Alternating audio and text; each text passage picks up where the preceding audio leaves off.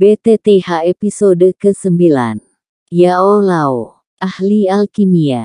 Mendengar kata-kata sesepuh, Xiaoyan berhenti sejenak sebelum melanjutkan. Di daratan Doqi, semua orang ingin menjadi seorang alkemis, tapi apakah semudah itu untuk menjadi seorang alkemis? Ada begitu banyak persyaratan yang keras. Tiba-tiba, suara Xiaoyan jatuh dan dia mengangkat kepalanya. Saya memenuhi persyaratan. Petik 2. Menikmati ekspresi kaget namun bersemangat yang ditunjukkan Xiaoyan, tetua itu mengelus jenggotnya perlahan. Setelah melihat Xiaoyan selama beberapa detik, dia akhirnya berkata dengan ketidakberdayaan, meskipun kamu hampir tidak berhasil, aku berhutang budi padamu. Hah, terserah. Aku akan membiarkan ini dihitung sebagai bantuan yang dikembalikan. Melihat tetua yang enggan, Xiaoyan berpikir bahwa kakek tua itu berbohong tentang dia hampir tidak melakukan pemotongan, tetapi dia terlalu malas untuk menyelidiki lebih jauh. Terlepas dari kegembiraannya, dia masih memiliki kecurigaan. Bahkan jika aku berhasil, alkemis diajar oleh alkemis lain. Apakah Anda seorang alkemis? Petik 2. Melihat wajah kecil yang mencurigakan dari Xiaoyan, tetua itu menegakkan tubuh dan dengan bangga dia berkata, "Ya, aku seorang alkemis." Mengedipkan matanya, tatapan Xiaoyan pada tetua itu menjadi cerah. Alkemis, itu sangat langka. Tuan, jika Anda tidak keberatan saya bertanya, alkemis peringkat apa Anda sebelumnya? Xiaoyan menjilat bibirnya dan suara mudanya diresapi dengan sedikit rasa hormat. Di daratan Doqi, meskipun alkemis sangat langka, masih ada perbedaan antara alkemis. Dari rendah ke tinggi, tahapan untuk alkemis berkisar dari yang terendah, 1, hingga tertinggi, 9. Pil King Guhe yang membuat gathering key powder yang ditawarkan Nalan Yanran adalah alkemis tahap ke-6 dan di dalam kekaisaran Jiama, dia bisa dianggap sebagai alkemis top. Panggung apa? Hehe, saya tidak ingat. Hei, nak, kamu ingin mempelajarinya atau tidak? Orang tua itu dengan tidak sabar bertanya sambil menggelengkan kepalanya. Tentu saja, saya ingin. Xiaoyan tidak ragu lagi dan buru-buru mengangguk dengan kepala kecilnya. Alkemis, bahkan dengan kekuatan sekuat fraksi awan berkabut, diperlakukan dengan hormat dan hormat. Hehe, kamu mau. Karena Anda ingin, maka Anda harus memberi hormat kepada guru Anda. Tetua itu duduk di atas batu hijau dan melingkarkan kakinya di bawah dirinya sendiri. Saya perlu memberi hormat kepada guru saya. Konyol. Untuk tidak memberi hormat dan masih mengharapkan saya untuk mengajari Anda semua yang saya tahu. Anda sedang bermimpi. Penatua memutar matanya. Sepertinya Penatua bertele-tele sangat peduli dengan hubungan murid guru ini. Tak berdaya dengan wajah masam, Xiaoyan hanya bisa dengan hormat memberi hormat kepada tetua untuk menjadi alkemis yang terhormat. Setelah melihat Xiaoyan selesai memberi hormat, tetua itu akhirnya menganggukkan kepalanya, puas. Dalam suaranya, sedikit keintiman muncul, nama saya Yao Lao. Adapun asal saya, Anda tidak perlu tahu untuk saat ini agar Anda tidak terganggu. Yang perlu Anda ketahui adalah bahwa Pil King adalah hanya sampah di mata saya. Petik 2. Tepi mulutnya berkedut, Xiaoyan memperhatikan ekspresi riang sesepuh dan berpikir, apa kakek ini? Pil King Guhe yang terkenal di kekaisaran Jiama hanyalah sampah. Jika ini menyebar maka seluruh mama mungkin akan berasumsi bahwa dia sakit jiwa. Dengan ringan menarik napas dan menekan keterkejutannya, mata Xiaoyan melihat ke sekeliling dan dengan sedikit menggelikan dia bertanya, Guru, bagaimana Anda akan membantu saya untuk mencapai 7 Duanqi dalam 1 tahun? Meskipun selama 3 tahun terakhir Doqi Anda selalu menurun, fondasi Anda di Doqi jauh lebih kuat daripada orang lain. Dalam pelatihan Doqi, fondasi adalah yang paling penting. Nanti, Anda akan dapat menemukan berapa banyak manfaat yang telah diberikan 3 tahun ini untuk Anda. Senyuman Yao Lao perlahan menghilang dan dia memasang ekspresi yang lebih serius. Xiaoyan tercengang, dia tidak pernah diberitahu bahwa kekuatan seseorang diambil akan membawa manfaat. Lalu kapan kamu akan mengajariku alkimia? Xiaoyan mengarahkan pikirannya ke hal yang paling penting. Untuk menjadi seorang alkemis, kamu harus memiliki Doqi dari atribut api. Jadi, sebelum Anda menjadi seorang alkemis, Anda setidaknya harus menjadi doze dan mempelajari metode Doqi atribut api. Petik 2. Xiaoyan mengulurkan tangannya dan sambil tertawa bertanya, metode Doqi atribut api.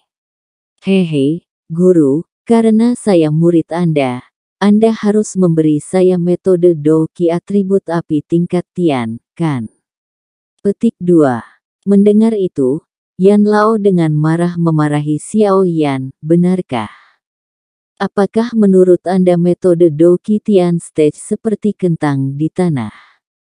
Bagaimana Anda bisa mengatakan sesuatu seperti itu? Petik 2. Gezer, karena aku sudah menjadi muridmu, kamu tidak mungkin membiarkan aku pergi ke klan untuk menemukan metode Doqi, kan? Atribut api tertinggi klan kami metode Doqi hanya level Huang tinggi. Itu terlalu buruk untuk seorang alkemis. Wajah Xiaoyan menunjukkan betapa tertekannya dia.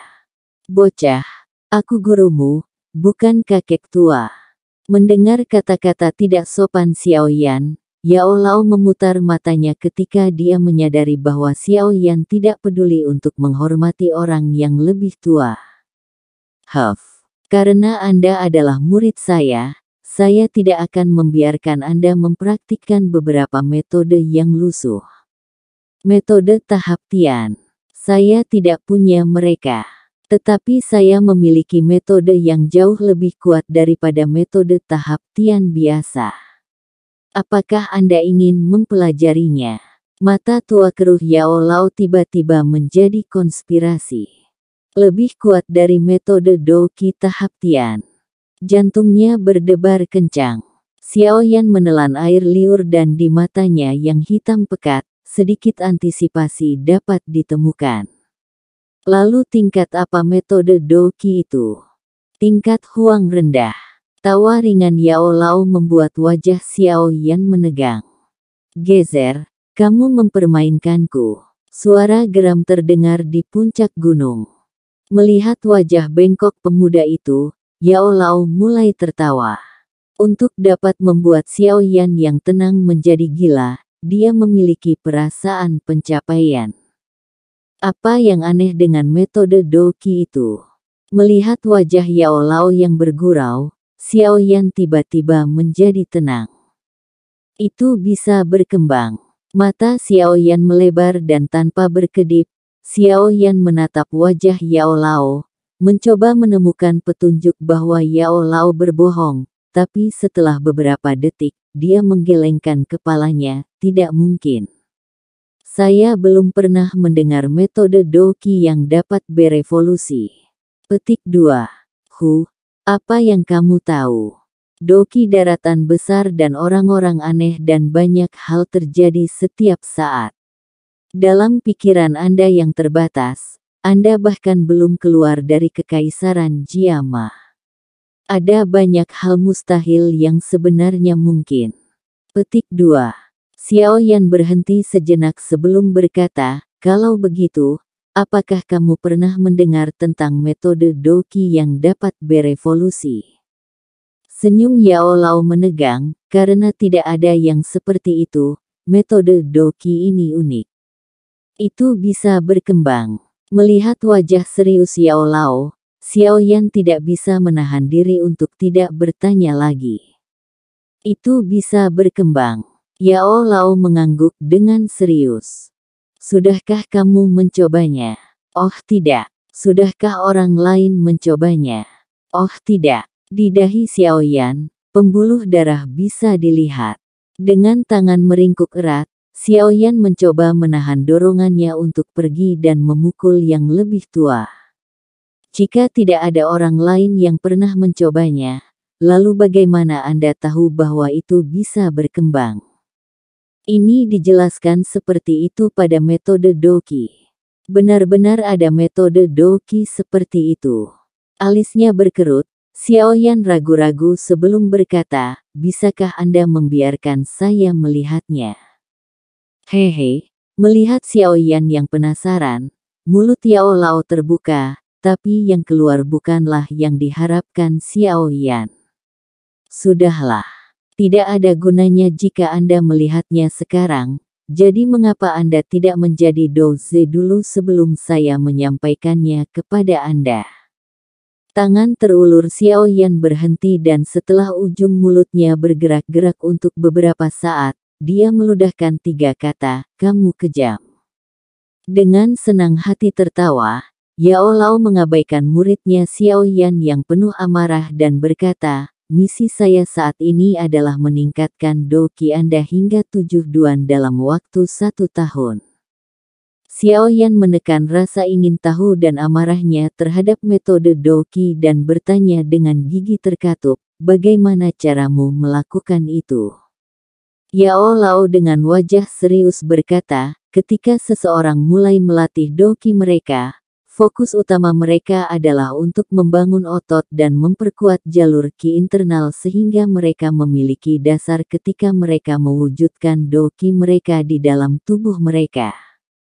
Karena orang seusia Anda memiliki jalur qi internal yang lemah dan dapat dibentuk, Anda perlu melakukan proses pelatihan selangkah demi selangkah dan Anda tidak dapat menggunakan kekuatan luar untuk meningkatkan kecepatan pelatihan Anda atau di masa depan ketika Doqi Anda menjadi lebih kuat, jalur qi internal Anda tidak akan mampu menahan kekuatan Doqi yang mendorong melalui jalur dan jalur qi Anda akan meledak yang mana saat itu Anda akan mati.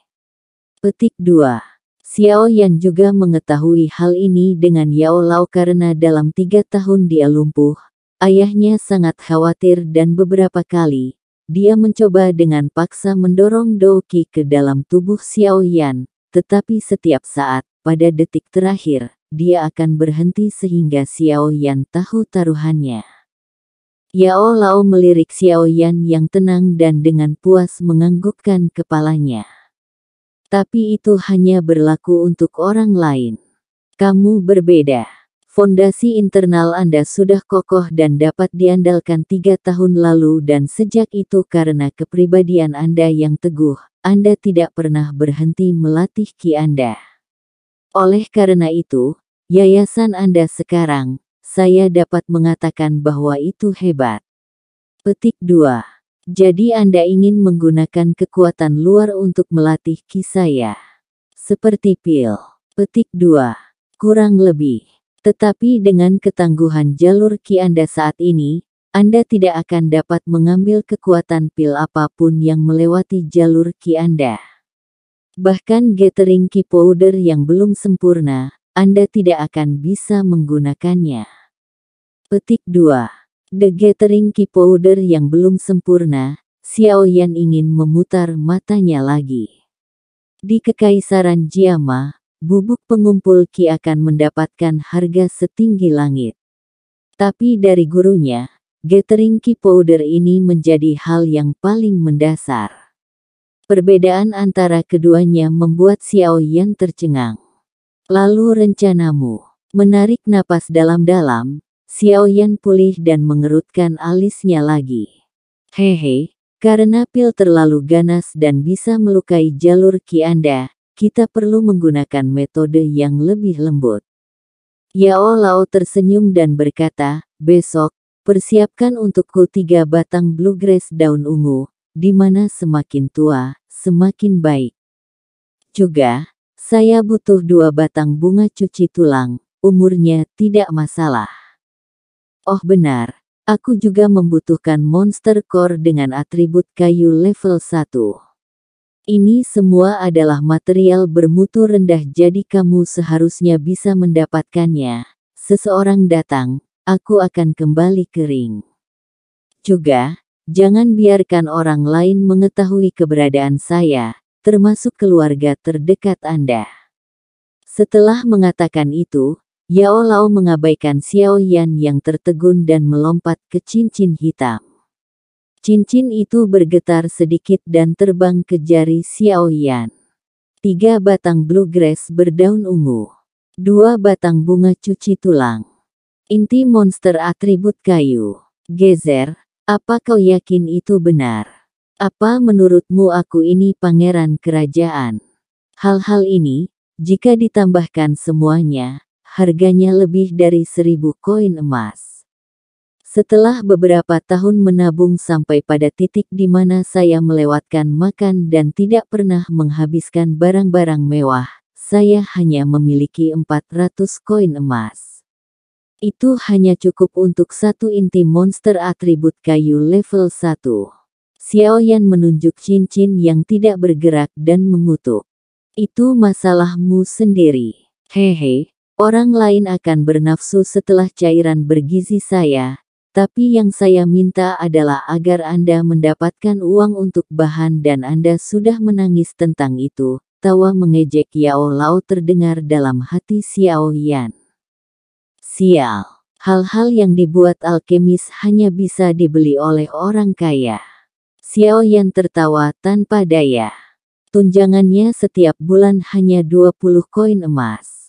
Ini sama sekali bukan jumlah yang kecil, itu akan cukup bagi keluarga kecil normal untuk memberi makan diri mereka sendiri selama 1 tahun penuh. Tetapi uang yang dia miliki hampir tidak cukup untuk membeli salah satu item yang dibutuhkan Yao Lao. Inilah perbedaan antara alkemis dan orang lain. Hah, sepertinya aku harus meminjamnya dari seseorang. Menghela napas tertekan, Xiao Yan perlahan mendapatkan kembali ketenangannya dan wajah kecilnya pulih ke wajah tenangnya yang normal. Memalingkan kepalanya ke arah jalan mendaki gunung, dia bisa melihat sosok ungu mendaki gunung seperti roh. Sampai jumpa lagi.